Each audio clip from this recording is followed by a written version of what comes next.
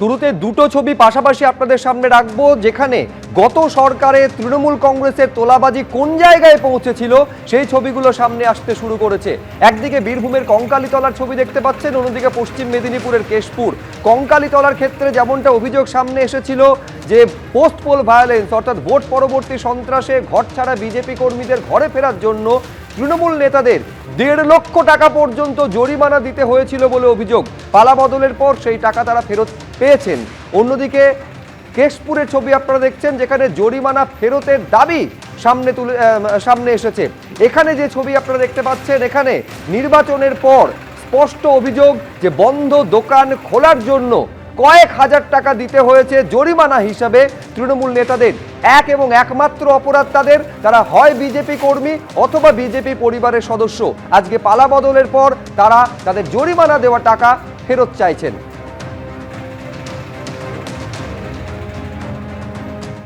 আমার দাদা একজন ভারতীয় জনতা পার্টি দলের নেতৃত্ব দিচ্ছিল আমাদের গ্রামে, তার হাতকে ভেঙে দিয়েছিল। তারপরে তাকে ওরা জোর করে সরকারি কারেন্ট তাকে ওরা লোকের মিনির কানেকশনটা খুলেছিল, যে বলেছিল যে যদি না খুলো তাহলে তোমার ওষুধ পালা জল সব কিছু বন্ধ থাকবে। জরিমানা নিয়েছে একবার 35,000 টাকা আর একবার 20,000 টাকা। ওটা নিয়েছিল তৃণমূল পার্টির লোক। তাহলে দোকান বন্ধ করে দিয়েছিল 2 মাস, একবার বন্ধ ছিল, একবার 2 মাস বন্ধ ছিল, একবার 1 মাস ছিল, একবার 18 দিন দোকান বন্ধ ছিল। দোকান বন্ধ মানে দাদা পার্টি করে, আমি তো পার্টি করিনি। দোকান বন্ধ করে দিল, এবার বলছে 20,000 টাকা দিতে হবে। 20,000 টাকা দোকান বন্ধ, সেই অবস্থায় আবার বলছে 20,000 টাকা জরিমানা দিতে হবে, দিয়ে তাহলে দোকান খুলে দিবে। বলি এখন তো হবে না, তাহলে দোকানটাকে খুলি তারপর দেওয়া হবে। বোঝে না, তুমি যা আছে গয়না ফয়না বন্ধক দিয়ে হলেও টাকা দিতে হবে। পার্টি অফিসে থেকে 20,000 টাকা একবার নেয়, আর একবার বন্ধ করলো, করে 6,000 টাকা নিয়েছিল। তারপর ঘর তো ভাঙচুর হলো, ঘর ভাঙচুর হয়ে মোটামুটি প্রায় 6 থেকে 7 লক্ষ টাকা ক্ষতি করেছে। টাকা তো দিতে হবে বটেই, টাকা ফেরত দিতে হবে। ফলে বুঝতে পারছেন যে 16 নির্বাচন এবং 21 নির্বাচনের পর ভোট পরবর্তী সন্ত্রাস অন্য আকারে কিভাবে সামনে এসেছিল, যেখানে দোকান খোলার জন্য তৃণমূলকে তোলা দিতে হয়েছে বলে অভিযোগ করছেন তারা। শুধু তাই নয়, ভাঙচুর পর্যন্ত বাড়িতে করা হয়েছিল বলে অভিযোগ করছেন তারা। আর সরকার বদলের পর, পালা বদলের পর তৃণমূলের নেওয়া সেই জরিমানা এবার ফেরত চাইছেন দোকানদাররা। স্থানীয় বিজেপি নেতা কি বলছেন একবার শুনুন। আমার ভাই সহ এরকম অঞ্চলে অন্তত 100 জন আছে যাদের কাছ থেকে তৃণমূল তোলা নিয়েছে। আমরা পার্টিগতভাবে এই ব্যাপারে কোনো উদ্যোগ এখনো নিইনি টাকা পয়সা তোলার। আমরা এটার পক্ষপাতিত্বও নয়, কারণ আমাদের রাজ্য সভাপতি যেহেতু বলেছেন, আমরা তো পার্টির অনুগত সৈনিক। পার্টি যেভাবে নির্দেশ দিবে আমরা সেভাবেই চলবো।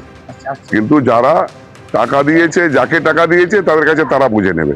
পার্টি এই ব্যাপারে কোনো লায়াবিলিটিও নেবে না, কোনো কিছু নেবে না, আর আমরা পার্টিগতভাবে সাহায্য করব না। কিন্তু যাকে টাকা দিয়েছে তারা তাদের কাছ থেকে টাকা বুঝে নিলে আমরা কিছু বলতে যাবো না এই ব্যাপারে। আমাদের কোনো লায়াবিলিটি নেই এই ব্যাপারে। সরাসরি তৃণমূল কংগ্রেসের বিরুদ্ধে এই জরিমানা আদায়ের অভিযোগ, স্পষ্ট তোলাবাজি চলেছে বলে অভিযোগ করছেন এই দোকানদাররা। এবং শুধু এক নয়, একাধিক দোকানদারের কাছে দোকান খোলার জন্য পেট চালাতে তৃণমূলকে টাকা দিতে হয়েছে বলে অভিযোগ করছেন তারা।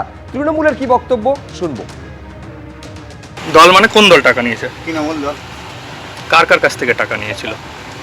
আমি সব বলতে পারবো না। এই দুটো দোকান খোলার ব্যাপারে আমি অনেক ভূমিকা দেখেছিলাম। আমাকে বলছে পার্টি ফান্ডে কিছু না দিলে দোকান খোলা যাবে। আচ্ছা, এবারে ওরা তার দিয়েছে পার্টি ফান্ডে, তার দিকে কিছু। কত করে নিয়েছিলেন?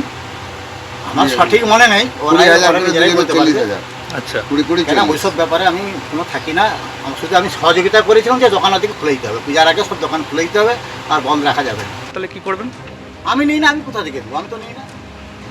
তো বলছে আপনার মাধ্যমেই দিয়েছে, আপনি তো নিজে বলছেন। আমি কিন্তু দিই না টাকা, আমার মাধ্যমে দেন। আমি সামনে দাঁড়িয়েছিলাম, আমার সামনে অনেকে আছে, কোনো টাকা দিয়ে আমি কোনো টাকা স্পর্শ করি না। আমার হাতে কোনো টাকা, তোমার হাতে, তাদের হাতে, আমার হাতে কি টাকা দিছে?